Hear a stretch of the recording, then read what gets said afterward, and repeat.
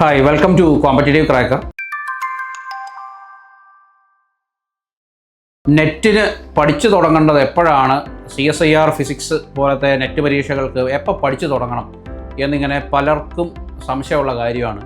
ഇപ്പോൾ ചിലരോട് ഇങ്ങനെ നമ്മുടെ ഇവിടെ ക്വറീസൊക്കെ വരുമ്പം ചിലരോട് ഇങ്ങനെ ചോദിക്കുമ്പോൾ അവർ പറയും നോട്ടിഫിക്കേഷൻ വന്നിട്ട് പഠിച്ചു തുടങ്ങിയാൽ മതി. ചിലർ ആദ്യം ഒരു പരീക്ഷ കഴിഞ്ഞാൽ ഉടൻ തന്നെ അടുത്ത പരീക്ഷയ്ക്കുള്ള പ്രിപ്പറേഷൻ, അവർ ആ പരീക്ഷയ്ക്ക് മാർക്ക് ലിസ്റ്റൊക്കെ നോക്കിക്കഴിഞ്ഞാൽ, അവരുടെ ആൻസർ കീ ഒക്കെ നോക്കിക്കഴിഞ്ഞാൽ അവർ അന്നേരം അടുത്ത പരീക്ഷയ്ക്ക് ഉള്ള പ്രിപ്പറേഷൻ, ഇനി ഇൻ കേസ് അതിന് കിട്ടിയില്ലെങ്കിലോ അല്ലെങ്കിൽ ബൗണ്ടറിയിലാണ് നിൽക്കുന്നതെങ്കിൽ അവർ കിട്ടിയില്ലെങ്കിലോ എന്നോർത്ത് അവർ ഉടനെ തന്നെ പ്രിപ്പറേഷൻ സ്റ്റാർട്ട് ചെയ്യും.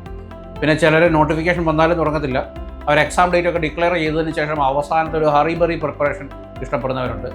പക്ഷേ ഏത് കാറ്റഗറി ആൾക്കാർക്കാണ് റിസൾട്ട് കൂടുതൽ കിട്ടുക എന്ന് നിങ്ങളൊന്ന് പരിശോധിച്ചാൽ മതി. ഏറ്റവും ആദ്യം തന്നെ പ്രിപ്പറേഷൻ സ്റ്റാർട്ട് ചെയ്യുന്ന ഒരാൾക്കാണ് റിസൾട്ടിനുള്ള സാധ്യത കൂടുതൽ. ഇംഗ്ലീഷിൽ പറയാറുണ്ട് അല്ലേ, ഏർലി ബേർഡ് ക്യാച്ചസ് ദ വർം എന്ന് പറയാറുണ്ട്. അപ്പോൾ എന്ന് പറഞ്ഞതുപോലെ തന്നെയാണ് നമ്മുടെ പ്രിപ്പറേഷൻ്റെ കാര്യവും. ഏറ്റവും ആദ്യം തന്നെ നമ്മൾ പ്രിപ്പറേഷൻ സ്റ്റാർട്ട് ചെയ്യുന്നതാണ് ഏറ്റവും നല്ലത്. കാരണം നെറ്റിനെ സംബന്ധിച്ചിടത്തോളം നിങ്ങൾക്കറിയാം, CSIR നിങ്ങൾ പഠിച്ചു തുടങ്ങുമ്പോൾ ഏറ്റവും ആദ്യം നമുക്ക് വേണ്ടത് ഒരു മാത്തമാറ്റിക്കൽ ബേസിക്സ് ആണ്. അപ്പോൾ അവിടെ മുതൽ you should start from the scratch. ഏറ്റവും ബേസ് മുതൽ നമ്മൾ സ്റ്റാർട്ട് ചെയ്ത് പോയെങ്കിൽ മാത്രമേ നമുക്ക് പ്രോപ്പറായിട്ട് നമ്മൾ പഠിച്ച കാര്യങ്ങളുടെ ഒരു ആപ്ലിക്കബിലിറ്റി മനസ്സിലാവുകയും അത് പ്രോപ്പറായിട്ട് അപ്ലൈ ചെയ്യാൻ പറ്റി നമുക്ക് സാധിക്കുകയുള്ളൂ. അപ്പോൾ അതുകൊണ്ട് തന്നെ നിങ്ങൾ ഏറ്റവും ആദ്യം മുതലേ പഠനം സ്റ്റാർട്ട് ചെയ്യുന്നതാണ് ഏറ്റവും നല്ലത്. നോട്ടിഫിക്കേഷൻ വരാൻ കാത്തിരിക്കുകയോ എക്സാം ഡേറ്റ് വരാൻ കാത്തിരിക്കുകയോ ഒന്നും നിങ്ങൾ ചെയ്യരുത്. നിങ്ങൾ പഠനം ഏറ്റവും ആദ്യം തന്നെ സ്റ്റാർട്ട് ചെയ്യണം. ഏറ്റവും ആദ്യം സ്റ്റാർട്ട് ചെയ്യുമ്പോൾ നമ്മൾ മാത്തമാറ്റിക്കൽ ഫിസിക്സിൽ ഈ ബേസിക് ഇൻ്റഗ്രേഷൻ ഡിഫറൻസിയേഷൻ മുതലാണ് നമ്മളിവിടെ പഠിപ്പിക്കുന്നത്. പിന്നെ നമുക്കറിയാം കുട്ടികൾ എത്രത്തോളം പഠിക്കുന്നുണ്ടെന്ന് നമുക്കറിയാമല്ലോ. കോളേജുകളിലൊക്കെ ആണെങ്കിലും നമ്മൾ പ്രോബ്ലംസ് ഒന്നും അത്രയും കാര്യമായിട്ട് നമ്മൾ പഠിക്കാറില്ല, നമ്മളൊന്നും ചെയ്യാറില്ല. അതുകൊണ്ട് തന്നെ പ്രോബ്ലം ഓറിയൻറ്റഡ് ആയിട്ടുള്ള ഒരു സ്റ്റഡി സ്ട്രാറ്റജിയാണ് നമ്മളിവിടെ ഡിവൈസ് ചെയ്തിരിക്കുന്നത്. അപ്പോൾ അതിലേക്ക് നിങ്ങളെ കൊണ്ടുവരണമെന്നുണ്ടെങ്കിൽ തന്നെ നമുക്ക് ഒരു ബേസിക് ഒരു വർക്ക് ആവശ്യമുണ്ട്, ഒരു ഇനീഷ്യൽ വർക്കിംഗ് നമുക്ക് ആവശ്യമുണ്ട്. അവരെങ്ങനെ ഒരു കുറച്ച് സമയം നമുക്ക് അതിനു വേണ്ടി ഡെഡിക്കേറ്റ് ചെയ്യണം. നിങ്ങളുടെ ബ്രെയിനിനെ ആ ഒരു രീതിയിൽ ട്യൂൺ ചെയ്തെടുക്കാനുള്ളൊരു സമയം ഞങ്ങൾക്ക് ആവശ്യമാണ്. അപ്പോൾ അതുകൊണ്ട് തന്നെ നിങ്ങൾ കൂടുതൽ സമയം വേസ്റ്റ് ചെയ്ത് കഴിഞ്ഞാൽ നമുക്ക് നിങ്ങളെ ഒരു ഇനീഷ്യൽ ട്യൂണിങ് നഷ്ടപ്പെടും. നമ്മളൊരു റഫ് ലാൻഡിങ്ങിലേക്ക് പോകും. പരീക്ഷയ്ക്ക് പ്രോപ്പറായിട്ട് പഠിച്ച് തീർക്കാൻ നമുക്ക് പറ്റത്തില്ല. അപ്പോൾ അതുകൊണ്ട് തന്നെ നിങ്ങൾ ചെയ്യേണ്ടത് ഏറ്റവും ആദ്യമേ തന്നെ ഇനീഷ്യലായിട്ട് നമ്മൾ പ്രിപ്പറേഷൻ സ്റ്റാർട്ട് ചെയ്യണം. ഏറ്റവും ബേസ് മുതൽ നമ്മൾ പഠിക്കണം. നമ്മുടെ കുട്ടികളോടൊക്കെ ചോദിച്ചാൽ മതി, നമ്മൾ ബേസിക് ഇൻ്റഗ്രേഷനോ ഡിഫറൻസിയേഷനോ അറിയത്തില്ലാത്ത കുട്ടികളെ പോലും നമ്മൾ അത് പഠിപ്പിച്ച് ബാക്കി കാര്യങ്ങൾ മാത്തമാറ്റിക്കൽ ഫിസിക്സിൽ വെക്ടർ കാൽക്കുലസ് മുതൽ നമ്മൾ പഠിക്കും.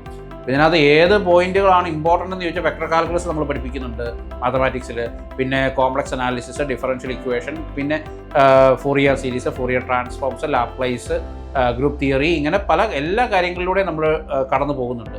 പിന്നെ അത് കഴിഞ്ഞ് നമ്മൾ ക്ലാസിക്കൽ മെക്കാനിക്സിലേക്ക് പോകും. ക്ലാസിക്കൽ മെക്കാനിക്സിൽ നമ്മൾ ഈ പറഞ്ഞ എല്ലാ മാത്തമാറ്റിക്കൽ ഫിസിക്സിൻ്റെ ആപ്ലിക്കേഷൻസ് വരുന്നത് ബാക്കി എല്ലാ സബ്ജക്റ്റിലുമാണ്. അപ്പോൾ അതുകൊണ്ട് തന്നെ നമ്മൾ മാത്തമാറ്റിക്കൽ ഫിസിക്സിൽ സ്റ്റാർട്ട് ചെയ്തിട്ട് അവിടെ നിന്നാണ് നമ്മൾ ബാക്കിയെല്ലാം നമ്മൾ ബിൽഡപ്പ് ചെയ്യുന്നത്. ഇപ്പോൾ ക്ലാസിക്കൽ മെക്കാനിക്സിലാണെങ്കിലും ക്വാണ്ടം മെക്കാനിക്സിലാണെങ്കിലും ഇലക്ട്രോ മാഗ്നറ്റിക് തിയറിയിലാണെങ്കിലും സ്റ്റാറ്റിസ്റ്റിക്കൽ മെക്കാനിക്സിലാണെങ്കിലും സോളിഡ് സ്റ്റേറ്റ് ആണെങ്കിലും ന്യൂക്ലിയർ ആണെങ്കിലും പിന്നെ ലാസ്റ്റ് വരുന്ന അറ്റോമിക് ഇലക്ട്രോണിക്സ്, ഇങ്ങനെ പേപ്പറുകളിലാണെങ്കിലും എല്ലാം നമ്മൾ ചെയ്യുന്നത് നിങ്ങളെ ബേസ് മുതൽ പഠിപ്പിച്ച് കോൺസെപ്റ്റ്സ് ക്ലിയർ ആക്കുക എന്നുള്ള കാര്യമാണ് നമ്മൾ ആദ്യം ചെയ്യുക. എന്നിട്ട് പ്രോബ്ലംസ് ചെയ്യാൻ നിങ്ങളെ പഠിപ്പിക്കും. പ്രോബ്ലംസ് ചെയ്യാൻ ലൈവ് ക്ലാസ്സുകൾ ഇഷ്ടംപോലെ ലൈവ് ക്ലാസ്സുകളുണ്ട്. അപ്പോൾ നിങ്ങൾക്ക് എല്ലാ ദിവസവും നിങ്ങൾക്ക് ലൈവ് ക്ലാസ്സുകളുണ്ട്. ഇപ്പം ഇഷ്ടംപോലെ ലൈവ് ക്ലാസ്സുകൾ, അതിൽ മുഴുവൻ പ്രോബ്ലംസ് തന്നെയാണ് നമ്മളതിൽ ഡിസ്കസ് ചെയ്യുക.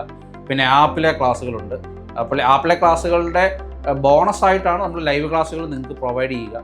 പിന്നെ ഡെയിലി വർക്കൗട്ട് ആക്ടിവിറ്റീസ്, അതും പ്രോബ്ലംസ് തന്നെയാണ്. പ്രോബ്ലംസ് ഉണ്ട്, ഫോർമുലാസ് എഴുതി പഠിക്കാനുള്ള ട്രെയിനിങ് നിങ്ങൾക്ക് തരുന്നുണ്ട് അല്ലേ. അതിനൊരു ട്രെയിനിങ് ഉണ്ട് കേട്ടോ. അപ്പം അത് മനസ്സിലാക്കാൻ, ഹൃദിസ്ഥമാക്കാൻ, ഇപ്പം നിങ്ങൾക്ക് ഫോർ എക്സാമ്പിൾ മാത്തമാറ്റിക്കൽ ഫിസിക്സിലെ സ്പെഷ്യൽ ഫംഗ്ഷൻസ് ഒക്കെ ആണെങ്കിലും അപ്പോൾ അതിന് സത്യം പറഞ്ഞാൽ നിങ്ങളൊന്ന് വായിച്ച് പഠിച്ചു കഴിഞ്ഞാൽ ഒരു പേജ് മറിച്ച് കഴിയുമ്പോൾ നേരത്തെ പഠിച്ചത് മറന്നു പോകുന്ന രീതിയിലുള്ള ഫോർമുലാസാണ് എല്ലാം. അതിൻ്റെ അല്ലേ റെക്കറൻസ് റിലേഷൻസ് എല്ലാം നമ്മൾ മറന്നു പോകും. ലെഷൻഡർ, ലോഗ്രെ, ബെസൽ എന്നൊക്കെ പറഞ്ഞാൽ എല്ലാം മറന്നു പോകാൻ സാധ്യതയുള്ളതാണ്. അപ്പോൾ അതിൻ്റെ ഫോർമുലാസ് ടൈംലി റിവൈസ് ചെയ്യാനുള്ള അസൈൻമെൻറ്റുകൾ, പിന്നെ അതിൻ്റെ പ്രോബ്ലംസ്, എല്ലാത്തിൻ്റെയും അഡീഷണൽ പ്രോബ്ലംസ്, വർക്കൗട്ട് ആക്ടിവിറ്റീസ്, പിന്നെ എക്സാമുകൾ, വീക്ക്ലി എക്സാമുകൾ. അപ്പം അതിനൊക്കെ നമ്മൾ വളരെ സീരിയസ് ആയിട്ട് നമ്മുടെ ഈ ഒരു പ്രോസസ്സിനെ വളരെ സീരിയസ് ആയിട്ട് നിങ്ങൾ അപ്രോച്ച് ചെയ്താൽ, നിങ്ങൾ പഠിക്കാൻ തയ്യാറാണെങ്കിൽ നിങ്ങൾക്ക് ഉറപ്പായിട്ടും ഈ വരുന്ന JRF നിങ്ങൾക്ക് കരസ്ഥമാക്കാനായിട്ട് പറ്റും.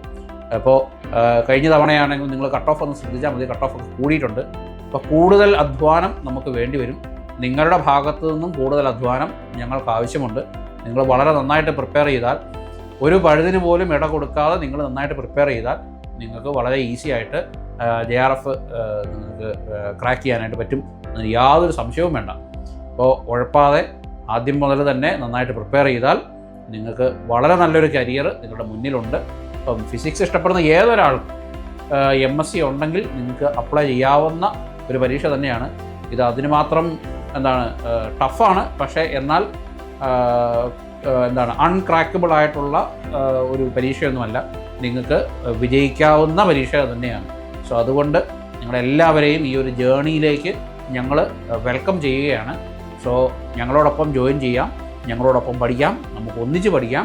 അങ്ങനെ അടുത്തൊരു പരീക്ഷയ്ക്ക് നല്ലൊരു വിജയം ഉണ്ടാകട്ടെ എന്ന് ആശംസിക്കുന്നു. അതുപോലെ നിങ്ങളുടെ നല്ലൊരു കരിയർ ഞങ്ങൾ മൂലം നിങ്ങൾക്ക് ബിൽഡപ്പ് ചെയ്യാനായിട്ടും പറ്റട്ടെ എന്ന് ആശംസിച്ചുകൊണ്ട് നിങ്ങളെല്ലാവരെയും ജൂണിലെ JRF ക്രാക്ക് ചെയ്യാൻ ഇൻവൈറ്റ് ചെയ്യുകയാണ് കോമ്പറ്റേറ്റീവ് ക്രാക്കറിൻ്റെ പേരിൽ. സോ നമുക്ക് ബാച്ചുകളിൽ, ക്ലാസ്സുകളിൽ കണ്ടുമുട്ടാം, ഒന്നിച്ച് പഠിക്കാം. Thank you.